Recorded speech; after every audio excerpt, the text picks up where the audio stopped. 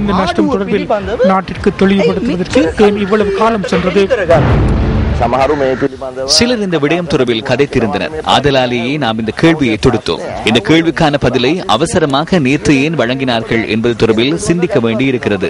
இந்த நஷ்டம் எனது காலப்பகுதியில் ஏற்படவில்லை, முன்பிருந்த அமைச்சரின் காலத்திலேயே ஏற்பட்டதாக அமைச்சர் ஒருவர் கூறுகிறார்.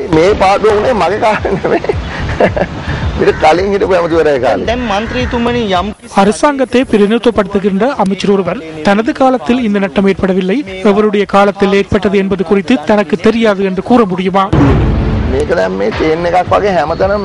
ஒரு சங்கிலி தொடரை போல அனைத்து இடங்களிலும் இவ்வாறு இடம்பெறுகின்றன.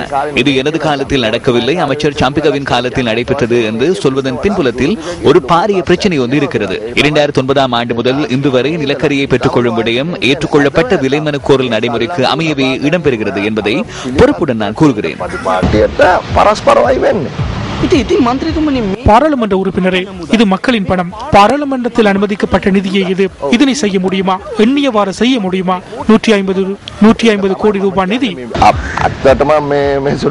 நேற்று இந்த கேள்விக்கு பதிலளிக்கும் போது அரசாங்க தரப்பில் உள்ள அமைச்சர்களும் ஒருவரை ஒருவர் முகம் பார்த்துக் கொண்டனர். நானும் திகைத்து நின்றேன். எவரும் நினைத்து பார்க்க கூட முடியாத பாரிய நிதி மோசடி. ஜனாதிபதி தேர்தல் ஒன்று நடைபெற உள்ள நிலையில் சிலருக்கு பொறி வைத்தது போல அல்லது தள்ளி வைக்கும் நோக்கில் தனித்து விடுவதற்காக நகையாடுவதற்காக செய்கின்ற நடவடிக்கையான சந்தேகமும் எனக்கு இருக்கிறது.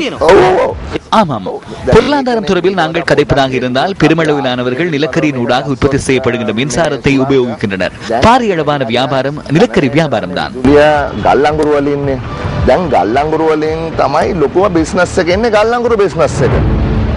உலக சந்தையின் நிர்ணய விலையை விட ஏன் அதிக விலை கொடுத்து நாங்கள் கொள்வனவு செய்கின்றோம்? அமைச்சர் சம்பிகவின் பலேய என்ற புத்தகத்தில் உள்ளது.